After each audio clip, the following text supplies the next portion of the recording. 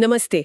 आज हम एक बहुत ही दिलचस्प स्रोत समय प्रबंधन की कला इस पर थोड़ी गहराई से बात कर रहे हैं। सब जानते हैं कि टाइम मैनेजमेंट ज़रूरी है, लेकिन ये स्रोत कुछ अलग बताता है ना। मतलब सिर्फ बेसिक बातें नहीं। तो हमारा मकसद है कि इसकी उन बारीकियों को समझें जो शायद पहली नज़र में पता ना चलें। शुरुआत करते हैं कि ये स्रोत समय प्रबंधन को कैसे देखता है। क्या ये बस वही है, मतलब टू डू लिस्ट बना ली और हो गया, या कुछ और है इसमें? हाँ, ये अच्छा सवाल है।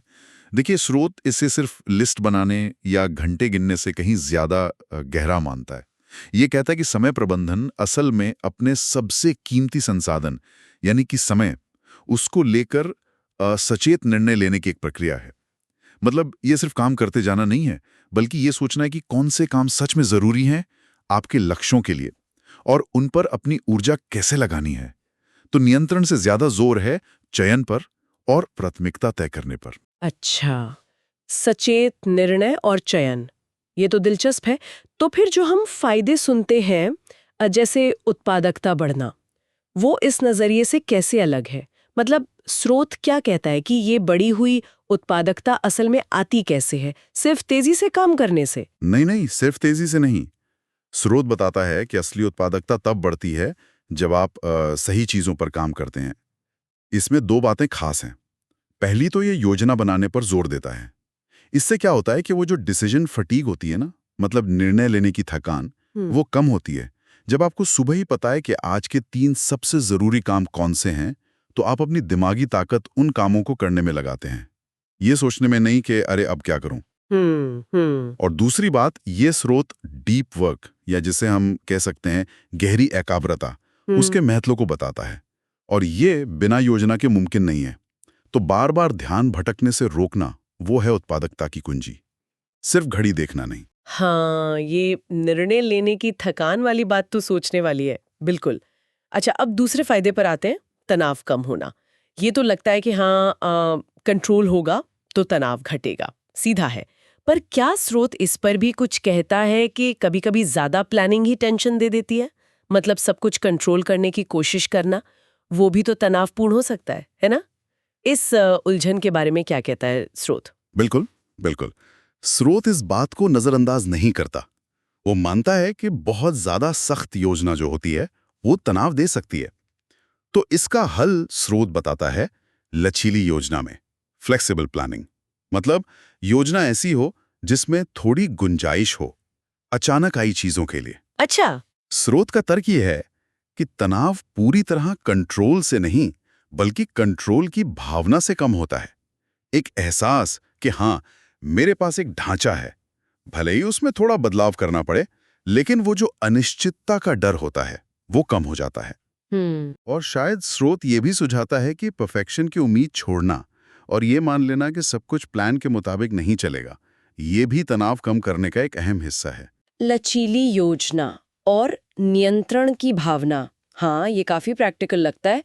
और तीसरा लाभ, कार्य जीवन संतुलन, वर्क लाइफ बैलेंस। हम सब कोशिश तो करते हैं इसके लिए, पर ये इतना मुश्किल क्यों हो जाता है अक्सर? क्या स्रोत बताता है कि टाइम मैनेजमेंट इसे कैसे आसान बना सकता है, खासकर आजकल जब काम और निजी जीवन की वो लाइनें धुंधली सी हो गई हैं? हाँ, स्रोत इस चुनौती को सीधे तौर पर देखता है। ये सिर्फ ये नहीं कहता कि काम के घंटे कम कर दो, बल्कि ये ऊर्जा प्रबंधन यानी एनर्जी मैनेजमेंट को समय प्रबंधन से जोड़ने की बात करता है। ओह, एनर्जी मैनेजमेंट। हाँ, मतलब ये पहचानना कि किस काम में कितनी दिमागी या शारीरिक ऊर्जा लगती है और उसे दिन के सही समय पर करना जब आप सबसे ज्यादा एनर्जेटिक हों। स्रोत जोर देता है कि साफ सीमाएं तय करें, न सिर्फ समय की बल्कि दिमागी तौर पर भी काम से स्विच ऑफ करने की। सही बात है। और शायद इसमें यह भी बताया गया है कि ना कहना सीखना कितना जरूरी है, ताकि आप उन चीजों के लिए हाँ कह सकें जो आपके लिए व्यक्तिगत रूप से मायने रखती हैं, परिवार, सेहत, शौक। तो संतुलन सिर्फ समय बांटना नहीं है, ये अपनी ऊर्जा और ध्यान को सोच समझकर लगाना है। तो ये सिर्फ टाइम टेबल बनाने जैसा नहीं है, बल्कि इसमें ऊर्जा, फोकस, सीमाएं, ये सब भी शामिल है। ये वाकई पारंपरिक सोच से काफी आगे की बात है। हाँ, बिल्कुल। संक्षेप में कहें तो ये स्रोत समय प्रबंधन को एक मल्टी डायमेंशनल स्किल के तौर पर दिखाता है। ये सिर्फ घड़ी देखना नहीं है, बल्कि अपने मूल्यों, अपने लक्ष्यों और अपनी ऊर्जा के स्तर के साथ तालमेल बिठाकर अपने समय का समझदारी से इस्तेमाल करना है।